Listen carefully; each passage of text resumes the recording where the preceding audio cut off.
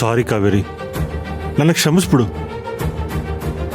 ಒಂದು ಸಮಯದಲ್ಲಿ ನಾನು ನಿನ್ನನ್ನು ತಪ್ಪಾಗಿ ಅರ್ಥ ಮಾಡಿಕೊಂಡೆ.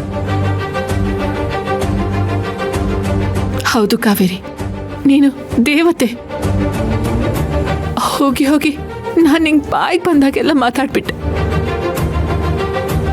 ನಿನ್ ಮುಂದೆ ನಾವೆಲ್ಲ ಸಣ್ಣವರಾಗ್ಬಿಟ್ವಿ. ಹೌದು ಕಾವೇರಿ, ನೀನ್ ಈ ಮನೆಗೆ ಬಂದ್ಮೇಲೆ ನಾವು ನಿನಗೆ ಕೊಟ್ಟಿದ್ದು ಬರೀ ನೋವಷ್ಟೇ. ಆದ್ರೆ ನೀನು ನಮ್ಮೆಲ್ರನ್ನು, ಕಂಪನಿನೂ ಕಾಪಾಡಿದ್ಯಾ, ಒಂದಾಗ್ಸಿದ್ಯಾ. ಕಾವೇರಿ, ಇನ್ನೂ ಒಂದ್ಸಲ ಕ್ಷಮೆ ಕೇಳ್ತೀನಿ. ದಯವಿಟ್ಟು ನನ್ನನ್ನು ಕ್ಷಮಿಸ್ಬಿಡು. ದಯವಿಟ್ಟು ಯಾರು ನನಗೆ ಕ್ಷಮೆ ಕೇಳಬೇಡಿ. ನನ್ನ ಜವಾಬ್ದಾರಿನ ನಾನು ಮಾಡಿದ್ದೀನಿ. ಮನೇನ ಸರಿ ಮಾಡಿದ್ದೀನಿ. ಕಂಪನಿನ ಸಕ್ಸಸ್ಫುಲ್ ಆಗಿ ರನ್ ಮಾಡ್ತೀನಿ ಅಂತ ನಾನು ರಾಮ್ ಸರ್ಗೆ ಮಾತು ಕೊಟ್ಟಿದ್ದೆ.